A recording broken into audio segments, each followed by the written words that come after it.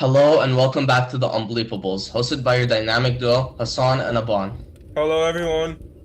In today's episode, we're diving into a significant historical event shaped by censorship, the Tinker versus Des Moines Independent School District Supreme Court case. Later on, we'll be joined by a special guest, Nathan, who brings intriguing reflections and ideas about censorship to the table. Yep, and without further ado, let's get started.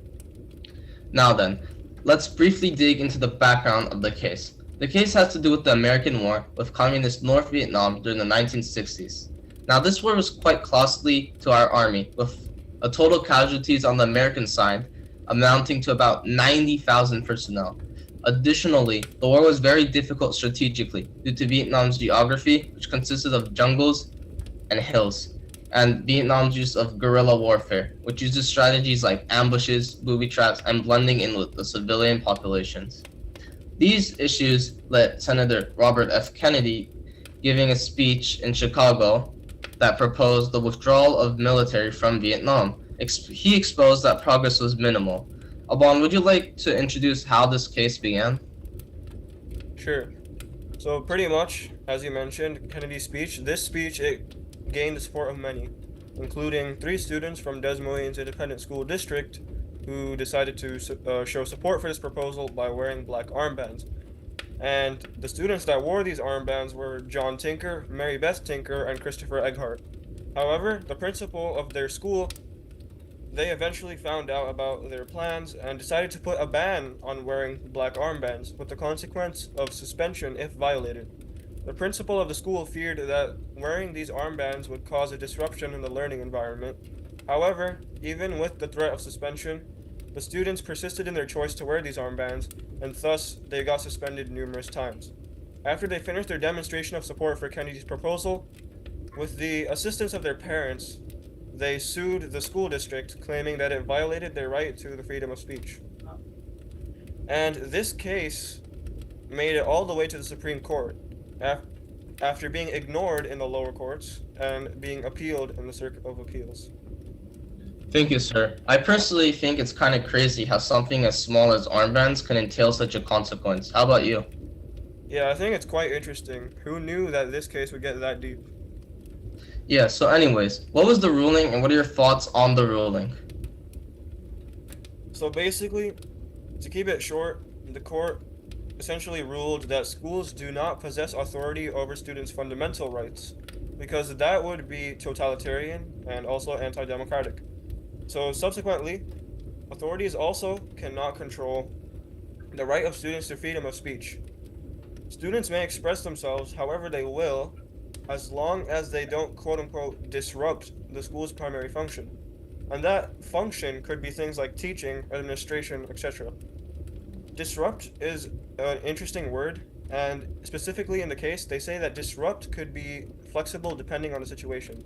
And so I think it's interesting to note that disrupt is a flexible word. I see, but like one thing I'd like to ask is why is the word disrupt so vague and flexible, I suppose? In my opinion, it's because pretty much there are different situations and environments, and in those situations and environments, there are different standards. For example, in a McDonald's, it would be okay for you to show up in pajamas and watch YouTube while eating. However, if you go to a fancy or renowned restaurant, unlike McDonald's, it would quote-unquote disrupt or take away from their atmosphere and formality. And so you can see that disrupt is very different depending on where you are and what's happening. Okay, I see. That's a pretty valid response. But anyways, continuing on, just as Abe Fortes gave the official verdict, with the total vote going 7-2, which is a large but yet not complete majority. Aban, what do you believe are the possible reasons for the opposing 2 judges to oppose this verdict? I think it's pretty interesting that there was 2 judges who opposed this verdict, and so my opinion on that is that they mostly did it to prevent incivility from breaking out. For example, there may be some kids who disagree with each other, and they decide to maybe mobilize against each other. And so eventually it would become a hot mess like many protests you see today. That's a great response, and the judges who opposed fought similarly. They opposed it because they wanted quote-unquote peace. Judge Black, one of the opposing judges, said, "Uncontrolled and uncontrollable liberty is an enemy to domestic peace. Additionally, he said that discipline is an integral and important part of training our children to be good citizens. While I think this is quite a valid response because we don't want people growing up rogue per se and doing whatever they please, even the government themselves do this to some degree, for example in smoking and alcohol laws. However, the whole notion of limiting freedom does go against the concept of America that we built ourselves upon, freedom of speech and expression. I can see why this opinion doesn't pass and pretty much loses majority of vote. Yeah, that's true. Well, it does have some validity. It's not grounded in our American basis, essentially. And so, also think that the impact of this case is quite interesting, as schools today would be quite different without the passing of this verdict given by Justice Fortas. And so, this case it essentially ensures that students retain their constitutional rights to free speech and expression within the school environment. By standing with the principle that students do not shed their constitutional rights to freedom of speech or expression at the schoolhouse gate, the case has created sort of a framework that promotes intellectual freedom and civic engagement. I think that without this decision, schools might have been prone to covering up student expression, potentially deterring creativity and hindering the development of critical thinking skills. Additionally, Tinker versus Des Moines has developed a culture of accountability within the educational systems and institutions, preventing arbitrary punishments and encouraging more fair and more thorough disciplinary processes. And so these are some of the impacts that I think this case has had on modern schooling and education. I think that's a great way to sum it up. Alright, so now that we've introduced the court case and had some discussion, let's move on to our guest's perspective. But before we do that, let's hear a word from our sponsor. Are you tired of biased news and censorship? Get the Uncensored News Digest, where freedom of the press is paramount. Stay informed with unfiltered, independent journalism from around the world. Knowledge should never be censored. And we're back. Joining us now is Nathan, who has extensive knowledge and research in censorship. Welcome, Nathan. Hi, thank you for having me. Thank you for joining us. Well, let's start off with the questions. Firstly, do you believe students should have the right to express their opinions freely in schools, even if those opinions are controversial or unpopular? Why or why not? Ultimately, if it's going to be one or the other, I'm going to say yes, students should have the right to express their opinions freely, because if they don't, then they would be deprived of their first constitutional right, or First Amendment right, which is freedom of speech, essentially, freedom to protest, freedom of the press. And if in like any institution, even a school, blocks these rights, then it's unconstitutional and therefore illegal against our country's laws. I see, thank you. Well, what if it could become destructive to the environment? Then what would you say? If that's the case, then I would say schools do have the authority to exercise what can and cannot be said, because if it's harming like the learning environment, which is the main priority of the school, then I feel like they have the school has the authority to stop what is being said, and that's causing problems. All right, thank you. That's Obama, interesting. Continue. Sure, that's a good response. So the next question for you is, in your opinion, what role should schools play in balancing students' freedom of speech with the need to maintain order and discipline? Well, it's gonna tie back to like what I said earlier. Obviously, like someone can't just yell like I have a bomb in my backpack. Obviously, that would be like something like that you shouldn't say. But it does arise like a gray area in freedom of speech, because freedom of speech entails that you're able to say like anything or like whatever you want.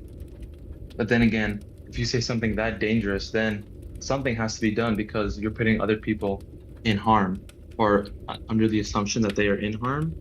So I'm gonna tie it back to what I said earlier and say that schools should like have like some sort of regulation of what can and can't be said. So it would help maintain this order and discipline in like a learning environment. I see. That's That's quite pretty good. insightful. Yeah. All right, so now relating to our court case, How do you think the outcome of Tinker versus Des Moines has influenced the way that young people perceive their rights and freedoms in school environments today? Well, I mean, these days like people are kind of becoming more and more aware of their rights, and then obviously something that has arisen from this Supreme Court case, which is very influential, and it's like one of the strongest court cases essentially. I feel like people are becoming more aware of their rights, and then kind of exercising them to a point where they're saying that their freedom of speech or something is being uh, suppressed or retaliated against, and to which I feel like um, for the most part it isn't, but they're just trying to find some way to make the school or whatever is trying to block them from saying whatever they want to say. And if it's something bad, it's just trying to stop them um, from saying what they want. And even sometimes they know that it's bad, but they're just trying to pull something so that they can say that they have the right to say it, when in reality it's kind of like a gray area. But in that gray area, I feel like it should be stopped. I see. So you think students take their freedom of expression to the extreme, is what you're saying? I feel like yes, because ultimately if someone's being silenced, then they're gonna speak out about it for the most part. So I have one more question for you. So what do you think the world would be like today in America if this court case had not passed the verdict that it passed? I think it would definitely become more like I mean it's kind of extreme, but dystopian kind of.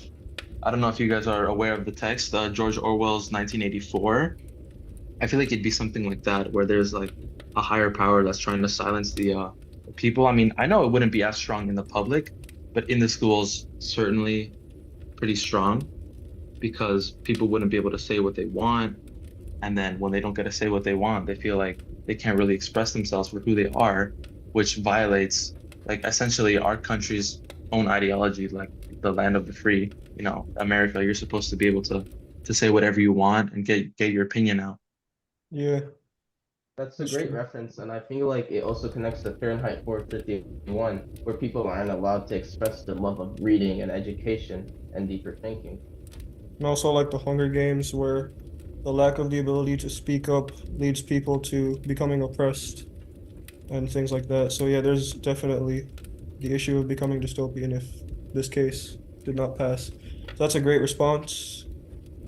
Yes, thank you for coming and sharing your thoughts with us. But before this podcast ends, we would like to present our respective sponsors, Anonymous Insights.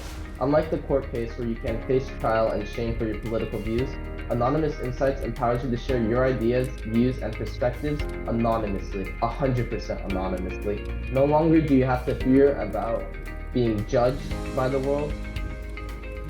Download Anonymous Insights today.